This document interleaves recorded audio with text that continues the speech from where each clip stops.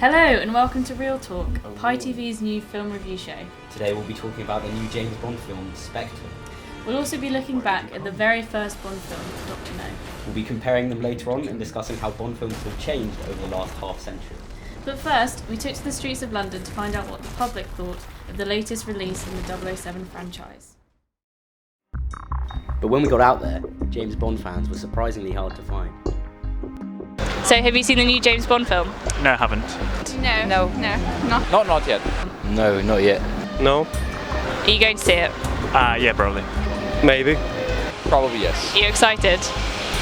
Not that much. We got the feeling that this guy wasn't really telling the truth. Yeah, I have. What did you think? It was amazing. I reckon it's the best yet. Great. After hours of searching, we finally found someone who'd seen the new film. Have you seen the new James Bond film? Yes, indeed I have, 3 times. Oh wow, amazing. What did you think of it? I thought it was brilliant, absolutely brilliant. How does it compare to other Bond films that you've seen?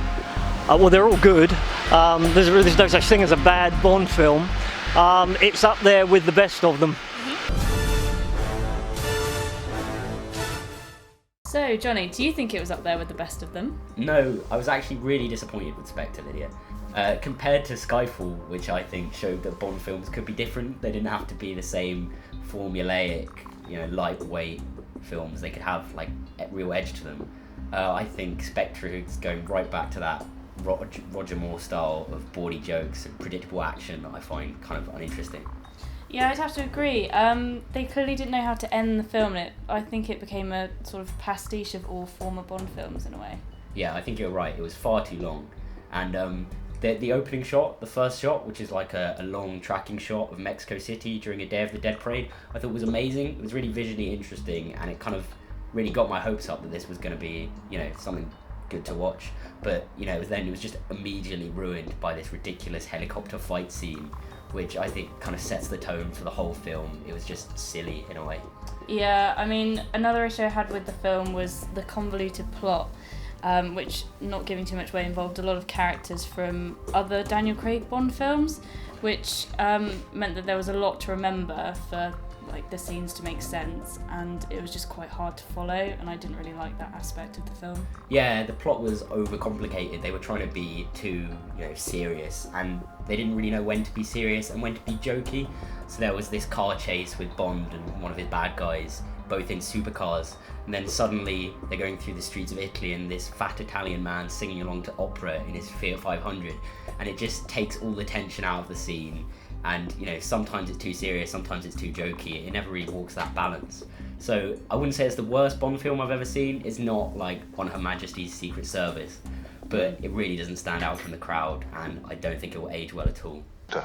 Spectre? Spectre, Special Executive for Counterintelligence, Terrorism, Revenge, Extortion. The 4 great cornerstones of power, headed by the greatest brains in the world. Correction. Let's move on to Dr No, the very first Bond film released in 1962. Have you seen Dr No? Of course, yes. What do you think of Dr No? Dr No was, of its time, fantastic. I mean, it was unlike anything else of that era. And I mean, people say it looks dated now, but of course it does. It was made in 1962, yeah. But it's still a fantastic adventure. So Lydia, what do you think about Dr No? How do you feel it compares to Spectre? Well, the plots are very similar, despite being made in very different time periods. But I preferred Dr No to Spectre for a few reasons. I thought that Dr No was a lot slicker and less self-indulgent than Spectre. It didn't take itself as seriously, which actually made for easier viewing in the end.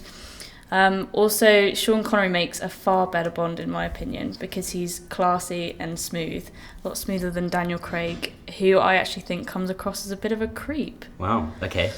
I agree. There are some superficial plot similarities, but I think it was more lighthearted. The one-liners were better. There was action, but it wasn't so over the top.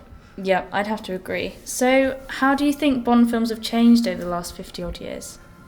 Well, they've had to try and stay relevant and to adapt to changing times. Spectre is all about modern surveillance and the behaviour of intelligence agencies, which is a really contemporary concern. I also feel that the latest ones, especially Skyfall and Spectre, are much more self-conscious about being Bond films. They have the running theme of whether 007 is still relevant in a world that sometimes looks like it's leaving him behind, you know. And films like Dr. No are more carefree adventures that don't really delve into that sort of thing.